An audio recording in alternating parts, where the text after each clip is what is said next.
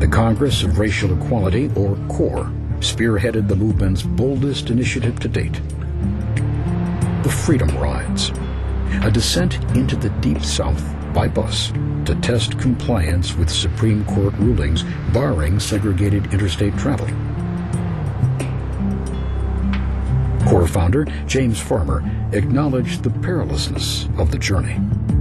I think all of us were prepared for as much violence as could be thrown at us.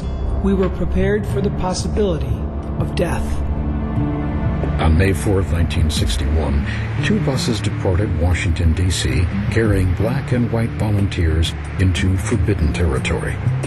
These were the first Freedom Riders. In Atlanta, they parted for the journey through Alabama. When the first bus reached Anniston, it was attacked and firebombed. The Freedom Riders barely escaped alive. The second bus met a similar fate in Birmingham.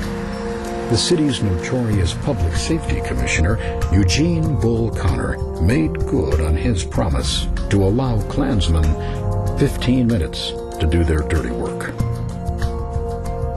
And with me are part of a group calling themselves the Freedom Riders, an interracial group traveling through the Deep South to challenge some of the segregated bus facilities in this part of the country. Yesterday they ran into trouble. They ran into violence. Today they say they intend to keep up their pilgrimage. Mr. Peck, you obviously have been injured. You're wearing bandages. What happened to you?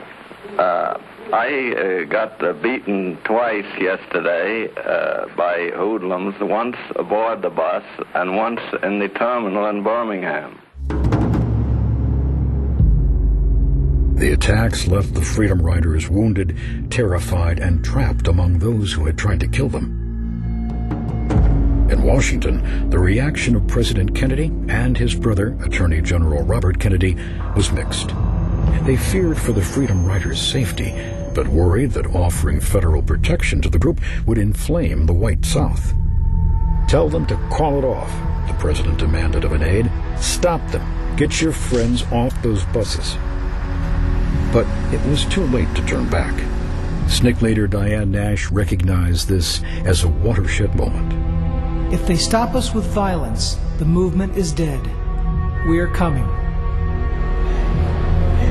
Nash sent SNCC volunteers to replace the battle-weary CORE group in Birmingham. Learning of this, the president lost his composure.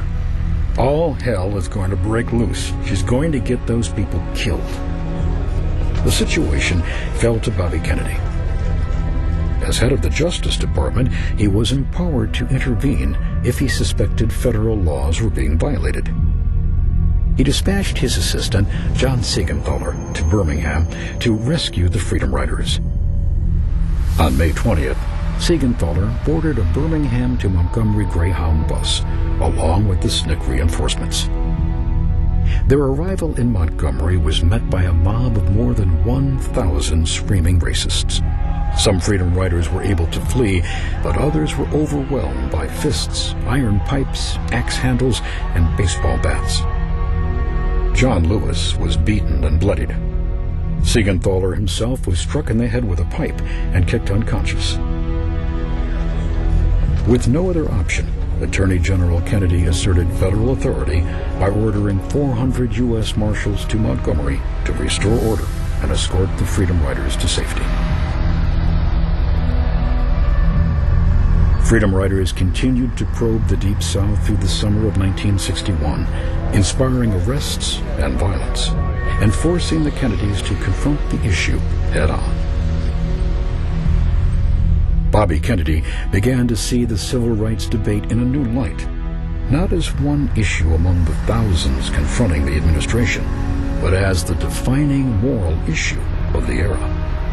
As a first step, he petitioned the Interstate Commerce Commission to adopt new regulations that would stiffen already existing federal laws, requiring all interstate transportation facilities to be integrated. But more importantly, the younger Kennedy's attitude influenced the president's evolving position on civil rights.